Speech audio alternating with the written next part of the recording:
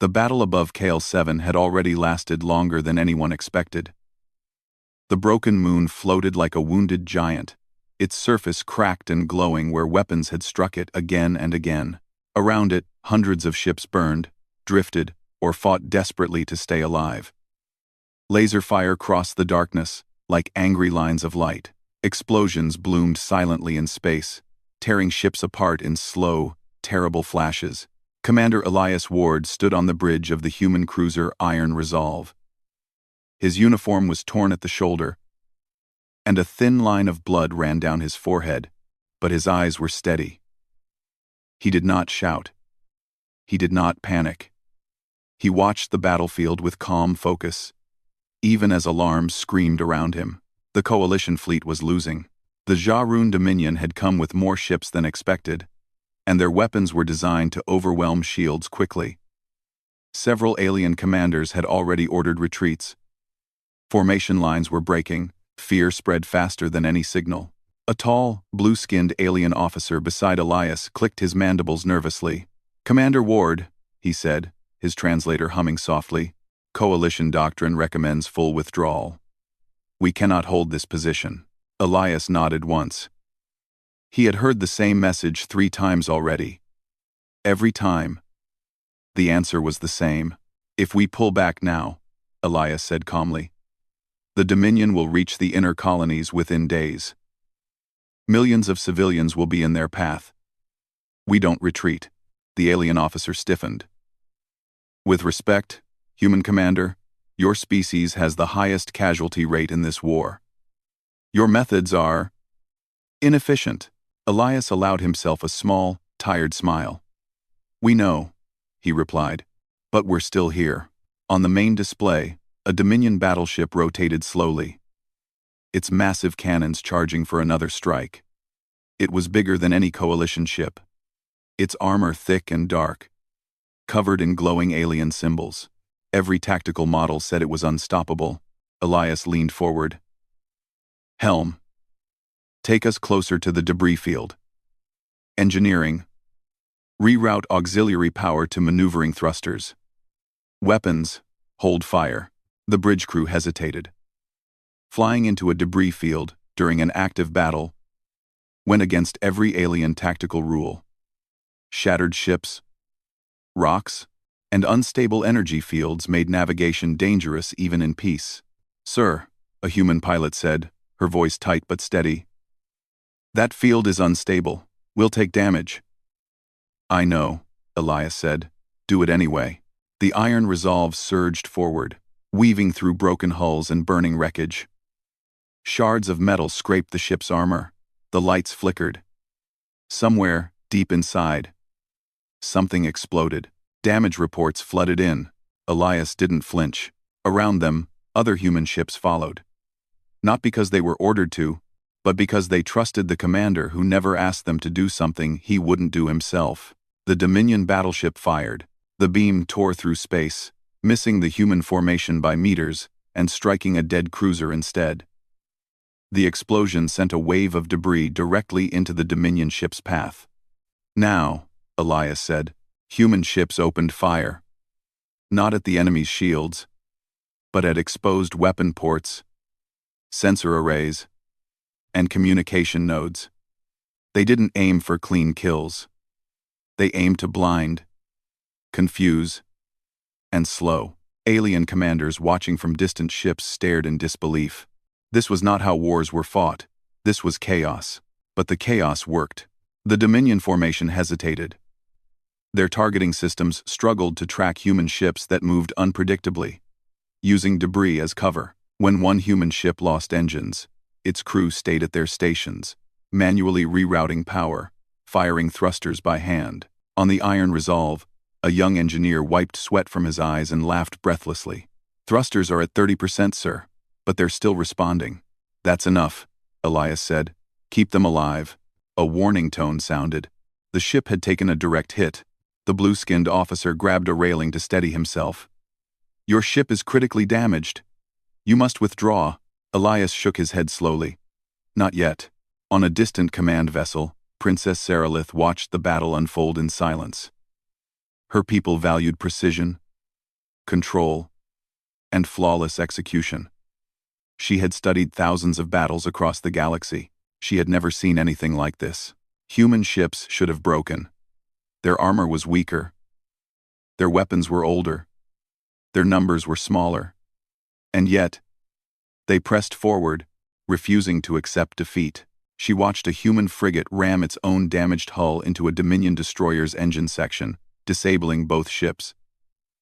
Escape pods launched seconds later, drifting away as the two vessels exploded together. "Why?" Seralith whispered.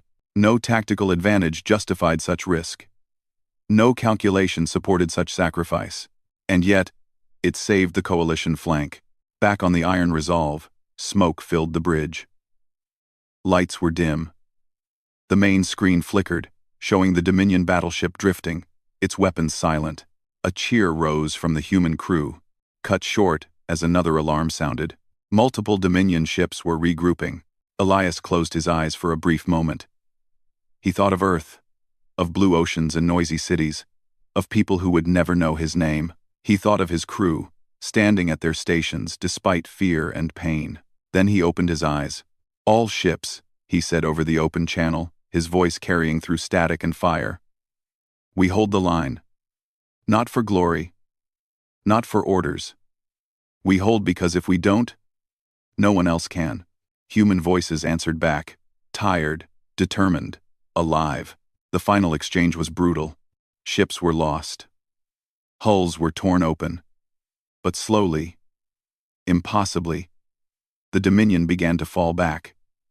Their perfect formations dissolved under constant pressure. They were not used to enemies who kept fighting after plans failed.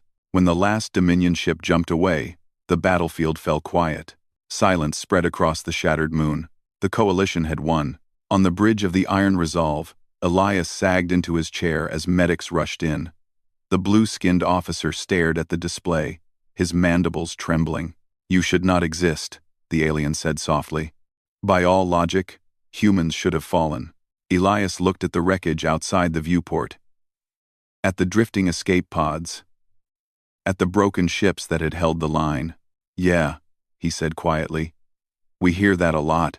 Far away, Princess Seralith continued to watch the human commander's ship.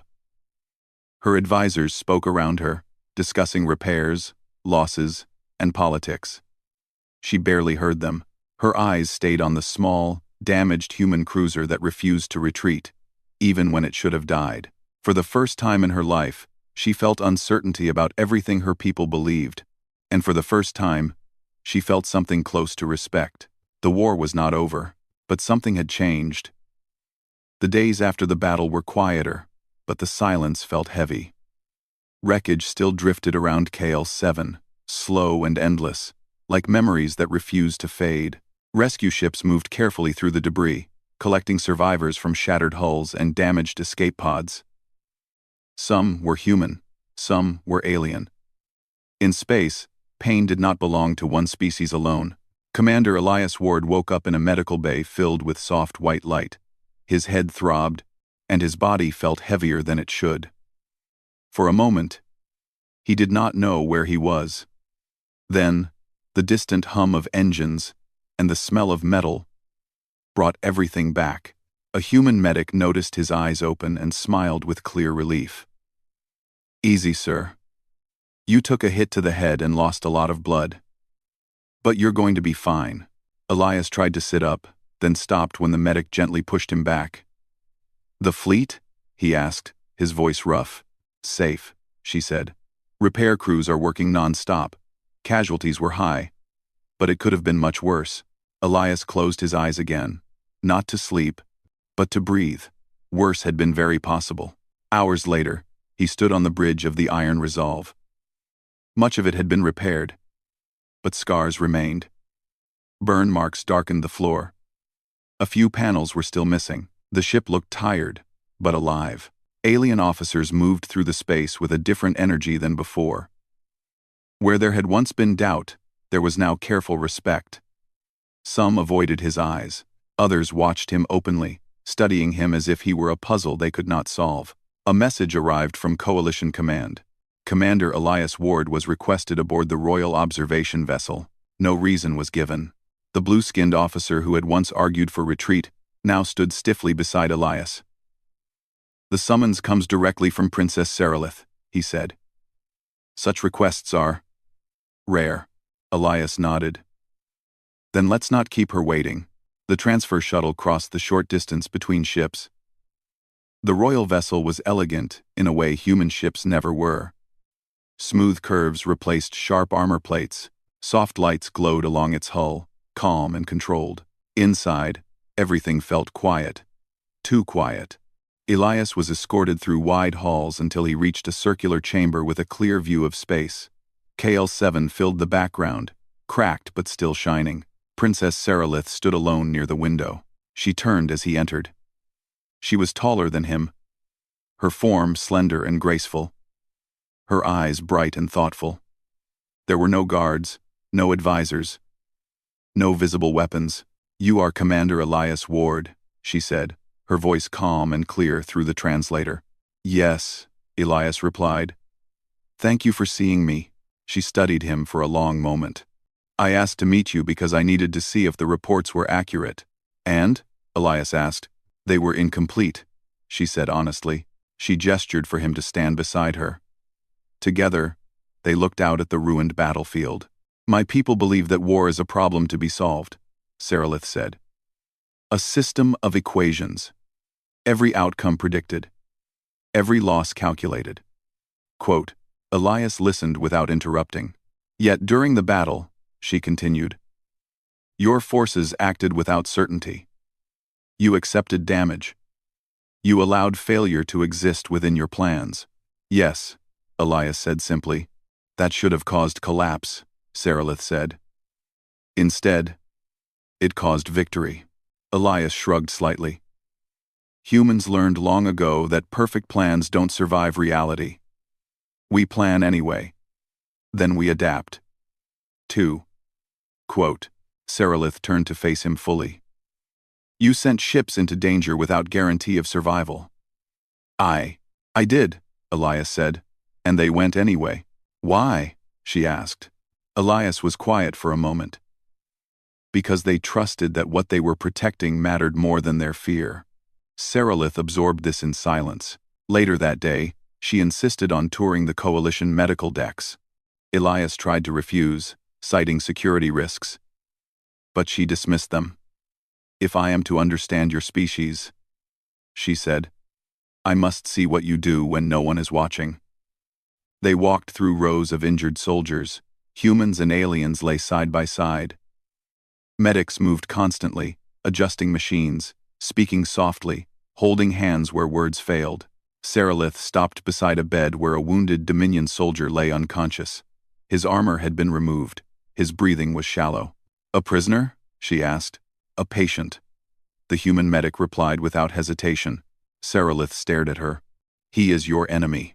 "He's hurt," the medic said. "That comes first." The princess said nothing more. But something behind her eyes shifted.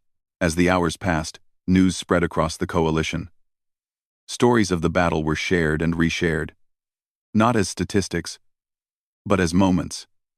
A human pilot, flying with half a cockpit gone. An engineer holding a manual door shut so others could escape. A commander who refused to retreat even when logic demanded it. Not everyone was impressed. In private halls of power, fear began to grow. Several elder species whispered that humans were dangerous, not because of strength, but because they broke rules that kept the galaxy stable. They questioned whether humans should ever be given command authority again. Princess Seralith received these reports late into the night. She read them slowly, carefully. By the time she finished, the stars outside her chamber had shifted. She thought of Elias's words, of the wounded enemy soldier being treated, of ships that kept fighting even when damaged. For the first time, she doubted her people's ancient predictions. The next morning, Elias was informed that human forces were being reviewed for strategic reliability. It was a polite phrase, but the meaning was clear. Restrictions were coming. When Elias heard the news, he did not argue. He simply returned to his ship and continued overseeing repairs. His crew watched him closely. waiting for anger or frustration. It did not come. Instead, he worked harder. Princess Seralith watched this as well. From her vantage point, she saw a species that did not demand recognition. Humans did not celebrate victory loudly. They mourned their dead, repaired what was broken, and prepared for what came next. As she stood once more before the stars, a quiet realization settled over her. Humanity was not strong because it won battles. Humanity was strong because it endured them.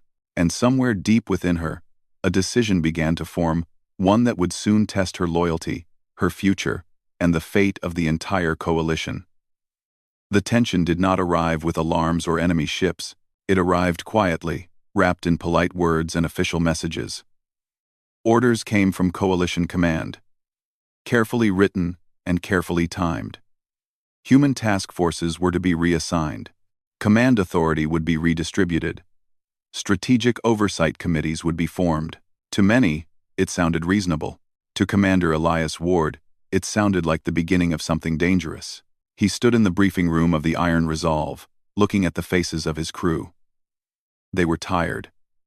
Repairs were still ongoing, and some stations remained empty, their owners gone forever. Yet the room felt steady, grounded by shared experience. "We're being rotated out of forward command," Elias said evenly. "Coalition oversight will take control of joint operations." A murmur passed through the room. One officer frowned. "Sir, that puts 3 systems at risk. We're the only ones positioned to respond quickly." "I know," Elias said, "but these orders didn't come from the front. They came from politics." No one spoke after that. Across the fleet, similar scenes played out.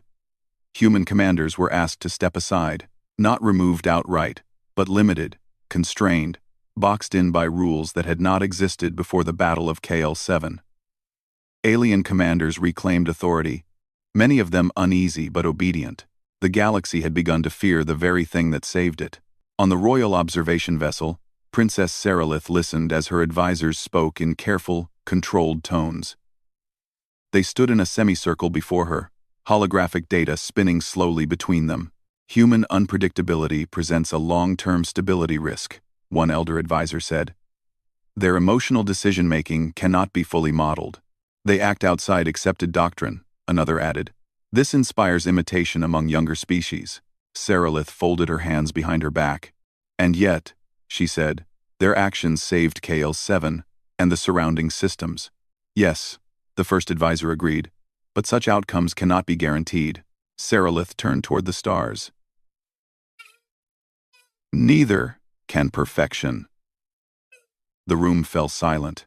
Later that cycle, she received a private transmission marked with restricted access. It came not from Coalition Command, but from a secure channel used only by senior political leaders. She listened once, then she listened again.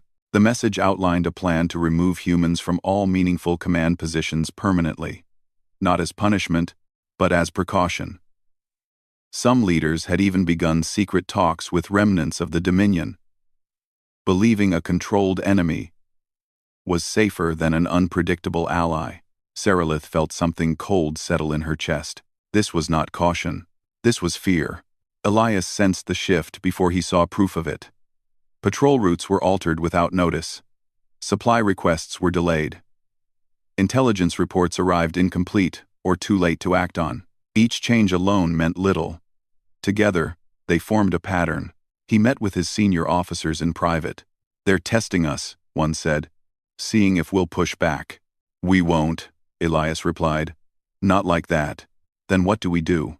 Elias looked at the star map, at the systems now exposed because human fleets had been pulled back. "We do our jobs. We protect who we can. And we prepare." "Prepare for what?" He did not say. The answer came sooner than expected.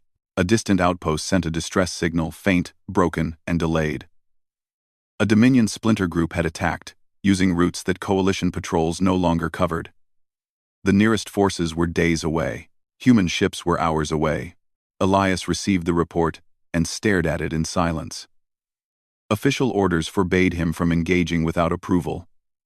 Approval would come too late. His communications officer looked at him. "Sir?" Elias exhaled slowly. Plot a course. That violates. I know, Elias said. But people are dying. The Iron Resolve turned, followed by other human ships. No speeches were given. No declarations made. The decision passed through the fleet, like a quiet current. They would not abandon lives to procedure. The battle at the outpost was short and fierce. Human ships arrived fast, striking hard, forcing the Dominion raiders to flee. Civilians were evacuated. Damage was contained. Lives were saved. The consequences followed immediately.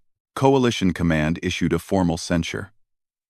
Human commanders were accused of insubordination. Elias was ordered to return for review and possible removal from duty. When Princess Sarilith learned of the engagement, she dismissed her advisors and stood alone in her chamber. The stars outside seemed colder than before. Elias had done exactly what the Coalition claimed to value, and they were punishing him for it.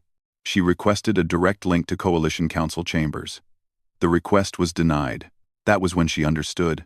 The system was already moving, and it would not stop on its own. Elias returned to Coalition space under escort. Not as a criminal, but not as a hero either. He was placed in temporary quarters aboard a neutral station. His access was limited. His crew was reassigned. He sat alone, staring at the wall, thinking not of politics but of the outpost. Of the children who had boarded evacuation ships. Of the relief in their eyes. If he had to choose again, he would do the same. The door chimed. Princess Sarilith entered without ceremony. No guards. No announcements. Elias stood. Your Highness. She raised a hand. No titles, she said. Not now. They sat across from each other, the air heavy with unspoken truth. They are afraid of you, Sarilith said quietly. Elias nodded. I figured. They believe humans cannot be controlled. We're not very good at that, Elias admitted. A faint smile touched her face, then faded. They are preparing to remove humanity from the center of the Coalition, to make you observers instead of participants. And you? Elias asked. She met his eyes. I am deciding whether the future is worth the cost of defying them. Silence stretched between them. You don't owe us anything, Elias said finally. This isn't your fight. No, Sarilith shook her head. That is where you are wrong. A future that fears compassion is already broken. She stood. I will speak before the council. Publicly. That could cost you everything, Elias said.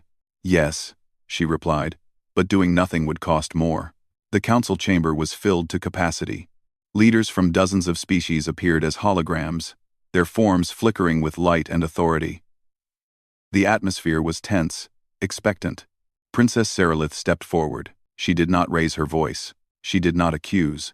She told a story. She spoke of KL-7. Of wounded soldiers treated without question. Of ships that fought while broken. Of a commander who disobeyed orders to save lives.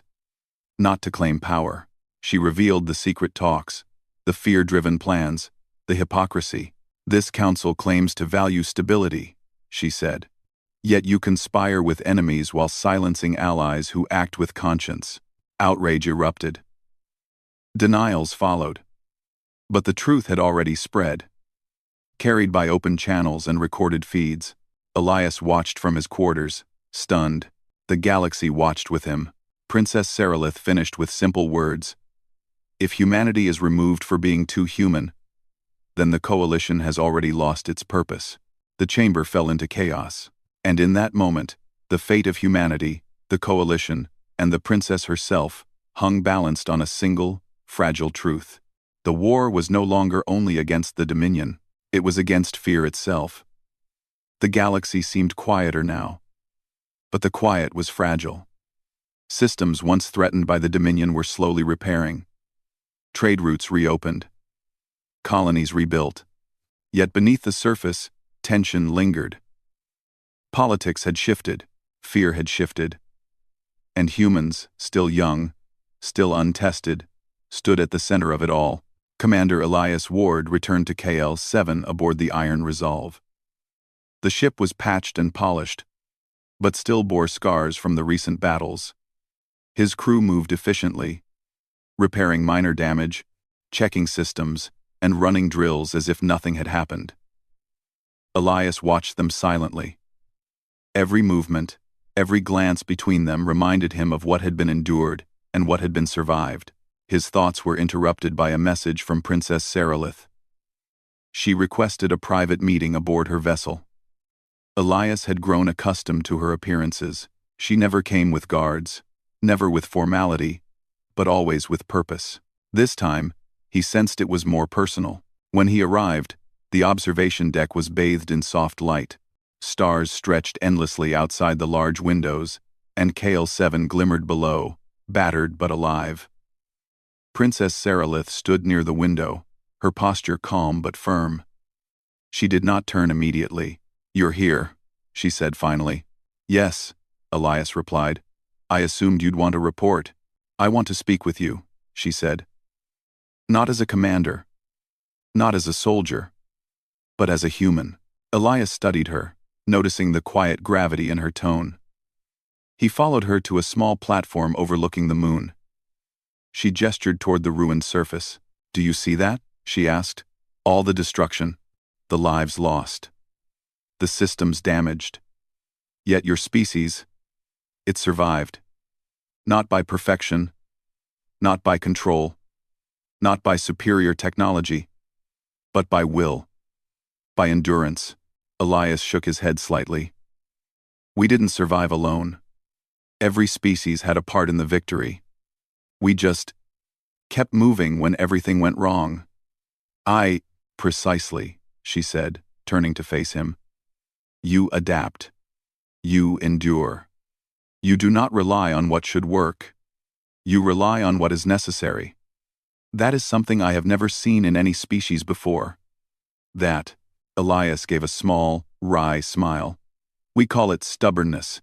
Sometimes it's foolish, but it works more often than not." Princess Seralith stepped closer. Her eyes searched his, studying him in a way that made him uneasy yet calm at the same time. "Your actions changed the galaxy. You did not fight to conquer. You fought to save, to protect. And that makes you different." Elias shrugged. "We fight for what matters. Not for power, not for glory." Her gaze softened. "That is why I say this. You are special, human. Not because you are the strongest, not because you are the fastest or the cleverest, but because you endure when others would give up, because you hope when others would surrender, because you choose to act when the galaxy tells you to wait." For a moment, neither spoke. The only sound was the soft hum of the ship's engines and the distant shimmer of the stars. Elias thought of the outpost he had saved, of the human and alien lives he had touched, of every small decision that had mattered in ways he could never measure. Seralith broke the silence. "I have returned to my people with proof of your worth. The Council cannot ignore it. They feared you, yes, but they also saw truth. Humanity cannot be ignored any longer. You are now not only survivors, you are leaders. Not of fleets, but of hope." Elias's hands clenched briefly. "I never asked to be a symbol. I just did what I had to do. And that," she said softly, "is exactly why the galaxy believes in you." Outside, KL-7 glowed under the light of its sun. Broken yet resilient. Ships began to move through orbit, carrying supplies, rebuilding colonies, and transporting those too wounded to remain. For the first time in cycles, there was a sense of balance returning. Days later, a coalition summit convened. Representatives from dozens of species filled the chamber, holograms of ships, worlds, and systems projected above them. Princess Seralith stood beside Elias, her voice steady and unwavering. She spoke of human strategy, of courage, and of compassion. She spoke of a commander who had refused to abandon the weak, even when doing so was safer. She spoke of a species that acted not for dominion, but for future generations. The council listened. Some were skeptical. Some were impressed. Many were uncertain. Yet when the session ended, the decision was unanimous. Human forces would remain central to the coalition, given authority to command, but tempered by oversight. Not as an act of favoritism, but as recognition. Elias returned to KL-7 to inspect recovery efforts. His crew greeted him with quiet smiles, nods, and reports of small victories. Families reunited, medical stations rebuilt, refugees safely relocated. Every time he saw the relief in someone's eyes, he remembered Princess Seralith's words. Humanity endured, not to conquer, but to protect. Seralith joined him on the platform outside his command center. The stars stretched infinitely above them. The moon below glimmered with hope instead of devastation. She spoke quietly, almost to herself. Your species has taught me something important. Perfection is not the measure of worth. Survival is not enough. True strength lies in choosing to help others, even when the cost is great. Elias nodded. It isn't always easy. Nothing worthwhile ever is, she said. They stood together, looking at the horizon of KL-7. Ships moved steadily, rebuilding what had been broken. Colonists waved as they passed. Children laughed, and the galaxy breathed in cautious relief. Finally, she turned to him. Do you understand why I said you are special? Yes, Elias said. Because we fight for more than ourselves. Because we choose hope over despair. Because we act when others wait. Exactly, she replied. A small, approving smile touched her lips. Remember this, human. The galaxy is large, and threats will come again.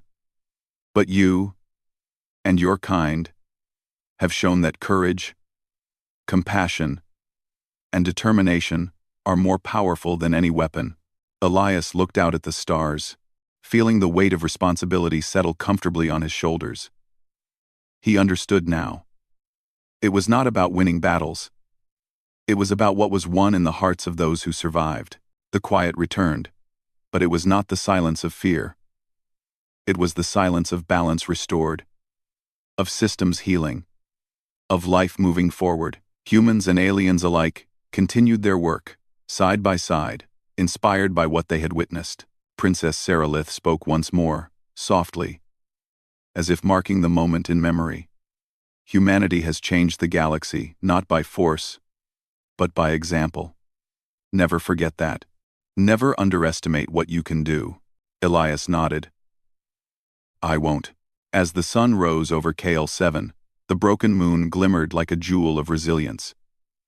Ships set off to distant systems, carrying messages of hope, supplies, and lessons learned. The coalition had survived not just because of technology, not just because of strategy, but because humans had refused to give up when the universe demanded it. And somewhere in the heart of it all, Commander Elias Ward and Princess Seralith stood together, watching the galaxy breathe again. The battle was over. The war had changed them all. But the legacy of humanity, the endurance, the courage, the refusal to surrender, would echo through the stars for cycles to come. You are special, human, Seralith said again, her voice carrying quietly over the observation deck. Yes, Elias agreed, his gaze fixed on the horizon. But not just me. All of us. That's what makes us human. And that's what makes the galaxy better. And in that moment, as the stars shimmered above KL-7, the future seemed wide, bright, and full of promise. Humanity had endured. Humanity had inspired. Humanity had led, and nothing in the galaxy would ever look at humans the same way again. The galaxy had learned what humans had always known. Survival was not enough. To be truly special was to endure, to protect, and to choose hope, even when everything else told you to give up. And Commander Elias Ward, standing quietly beside the alien princess who had come to understand him, knew that humanity had finally begun to show the galaxy what it could really do.